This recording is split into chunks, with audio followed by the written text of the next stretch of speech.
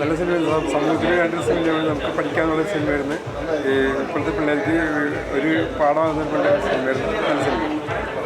അവർ രണ്ടുപേരും പുതുമുഖമാണെങ്കിലും രണ്ടുപേരും കലക്കിയിട്ടുണ്ട്. അവരുടെ റോള് നല്ല രീതിയിൽ തന്നെ ചെയ്തിട്ടുണ്ട് രണ്ടുപേരും. പിന്നെ ഒരു വേടൊന്നും ഒഴിവാക്കിയാൽ കൊള്ളാമെന്ന് എനിക്കൊരു തോന്നി, എൻ്റെ തോന്നലാട്ടോ.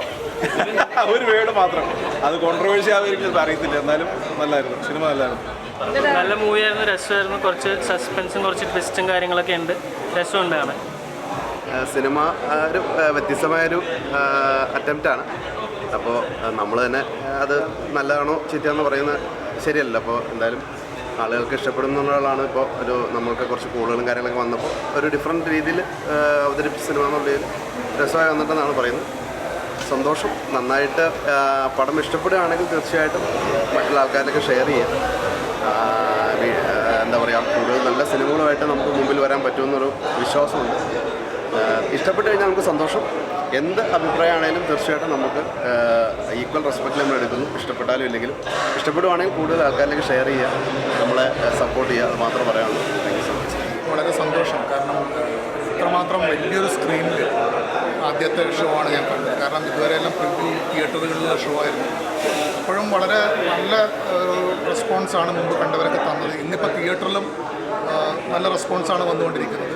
അതുപോലെ കണ്ട സ്ഥലങ്ങളിൽ നമ്മളെ സ്വീകരിക്കാൻ വേണ്ടിയിട്ട് തിയേറ്റേഴ്സ് തയ്യാറായില്ല. പക്ഷേ സ്വീകരിച്ച തിയേറ്ററുകളിൽ ആളുകൾ കൂടിയപ്പോൾ ഷോസിൻ്റെ എണ്ണം കൂട്ടിക്കൊണ്ട് നമ്മൾ സപ്പോർട്ട് ചെയ്യുന്ന രീതിയിലേക്ക് കാര്യങ്ങൾ വന്നിട്ടുണ്ട്. ഇന്നിപ്പം പല സ്ഥലങ്ങളിലും ഷോസ് ഇൻക്രീസ് ആയിട്ടുണ്ട്. അതൊരു നല്ല ലക്ഷണമായിട്ട് കണക്കാക്കുന്നു. കാരണം പ്രേക്ഷകന് വ്യത്യസ്തമായിട്ടൊരു സിനിമ കൊടുക്കാൻ പറ്റിയിട്ടുണ്ടെന്നുള്ളതാണ് കുറച്ച് വിശ്വാസം എനിക്ക്. നല്ലൊരു മൂവിയാണ്. ഞാൻ യാത്രശൂട്ടാണ് വന്ന് കയറിയപ്പോൾ പുതിയ ന്യൂ ഫേസാണ്. പക്ഷെ വളരെ ഇൻട്രസ്റ്റിംഗ് ആയിരുന്നു. ഒരു സീൻസ് കാണുമ്പോഴേ അടുത്ത സംഭവം എന്താണെന്ന് അറിയാനുള്ള ഒരു ആങ്സൈറ്റി ഉണ്ടായിരുന്നു. കൂൺ സിനിമ കണ്ടിറങ്ങിയ മൂഡിലാണ് നിൽക്കുന്നത്. ഒരു ത്രില്ലിംഗ്, ഒരു ആക്ഷൻ, ഒരു എൻഗേജ് മൂവിയാണ്. 2 മണിക്കൂറില്ല ചിത്രം, എങ്കിലും ആ ഒരു നമ്മൾ ഇരിക്കുന്ന സമയം അത്രയും ത്രസിപ്പിക്കുന്ന ഒരു സീൻസാണ്. കാര്യം അധികം താരങ്ങളില്ല, 2-3 താരങ്ങൾ സ്ക്രീനിൽ പകർന്നാട്ടം നടത്തുന്ന സിനിമയാണ്. അതിൽ ഒരു പെൺകുട്ടി ഒരു ട്രാപ്പിൽ അകപ്പെടുകയും ഒരു ഫ്ലാറ്റ് റൂമിൽ അകപ്പെടുകയും അതിനകത്തുള്ള അവളുടെ ഇമോഷൻസും അതിനെ തുടർന്ന് എന്താണ് അതിനകത്ത് അകപ്പെടേണ്ട കാര്യവും അതൊക്കെയാണ് റിവീൽ ചെയ്യുന്ന ചിത്രം. ഒരു സസ്പെൻസോട് കൂടിയാണ് സംവിധായകൻ പറഞ്ഞിരിക്കുന്നത്. ശരിക്കും ഒരു എക്സ്പെരിമെൻ്റൽ മൂവിയാണത്. ഒരു ലവ് സ്റ്റോറിയാണ്. പക്ഷേ മെയിൻലി അതൊരു എന്താ പറയുക, മറ്റുള്ളവരുടെ ഒരു നോർമൽ ഒരു പ്രണയം പറഞ്ഞിരിക്കുകയല്ല. അവിടെ ഇങ്ങനെ കണ്ട് ഇങ്ങനെ കൂളായി അതിലേക്ക് ലയിക്കുന്നതാണ്. അങ്ങനെയാണ് ആ സ്റ്റോറിക്ക്. അതുകൊണ്ടാണ് അത്രയും ശക്തമാവുന്നത് ആ സ്റ്റോറി. ചുമ്മാ ഒരു പ്രണയം പറയുന്നല്ലാതെ ഓട്ടോമാറ്റിക്കലി പെണ്ണിനെ അയാളോട് ഒരു പ്രണയമായി മാറുന്നതാണ്. അതുകൊണ്ടാണ് അത് അത്ര ഇഷ്ടപ്പെടാൻ കാരണം. ഇതൊക്കെ കൊറിയൻ സ്റ്റൈലാണ് ശരിക്കും പറഞ്ഞത്. ഒരു നോർമൽ സ്റ്റൈലല്ല. കൊറിയൻ മൂവിയാണ് ഞാൻ ആ രീതിയിലൊക്കെ കണ്ടുള്ളത്. എനിക്ക് കണ്ടു കഴിഞ്ഞപ്പോൾ എനിക്കിത് കൊറിയൻ മൂവി ആയിരുന്നു തോന്നിപ്പോയി. അത്ര രസമായി. ചില തിയേറ്ററുകൾ പടം മാറ്റി എന്നുള്ള റിവ്യൂ എനിക്കിപ്പോൾ കിട്ടിയിട്ടുണ്ട്. അത് വളരെ നെഗറ്റീവാണ്. ആ മാറ്റിയവർ ചിലർ 2 ടൈമായിട്ട് ആൾക്കാരൊക്കെ ചെന്ന് ഈ പറയുന്ന പോലെ ടിക്കറ്റ് എടുക്കാൻ വേണ്ടി ചെന്നതാണ്, ബുക്ക് ചെയ്യാതെ ടിക്കറ്റ് എടുക്കാൻ ചെന്നതാണ്. അങ്ങനെ ഇത് വന്നപ്പോൾ പല തിയേറ്ററുകളും അങ്ങനെ മാറിയിട്ടുണ്ട്. അത് വളരെ നെഗറ്റീവ് തോന്നിക്കുന്നുണ്ട്. എൻ്റെ നാട്ടിൽ പത്തനംതിട്ടയിൽ ഷോ ഇല്ല. അതുപോലെ കോട്ടയത്തും ഷോ എടുത്ത് മാറ്റുന്നൊരു സിസ്റ്റമാണ് ഉണ്ടായേക്കുന്നത്. വളരെ ബുദ്ധിമുട്ട്. കാരണം ഞാൻ കോളേജിൽ ജീവിതമൊക്കെ അടിച്ചു പൊളിച്ച് നടന്ന എന്ന് വെച്ചാൽ ആ ജില്ല എന്ന് പറഞ്ഞ കോട്ടയമാണ്. അപ്പോൾ എൻ്റെ സോഷ്യൽ മീഡിയ നിങ്ങൾ നോക്കിയാൽ മനസ്സിലാവും. അതുപോലെ സപ്പോർട്ടീവ് ഉണ്ട്.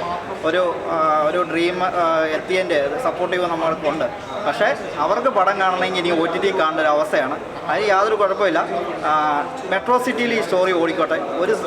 ഒരു നമ്മൾ പുറകോട്ട് പോകുന്നില്ല. തിരുവനന്തപുരത്ത് വളരെ റെസ്പോൺസാണ്. അതുപോലെ വടക്കും മലബാറിലും നല്ല റെസ്പോൺസാണ്.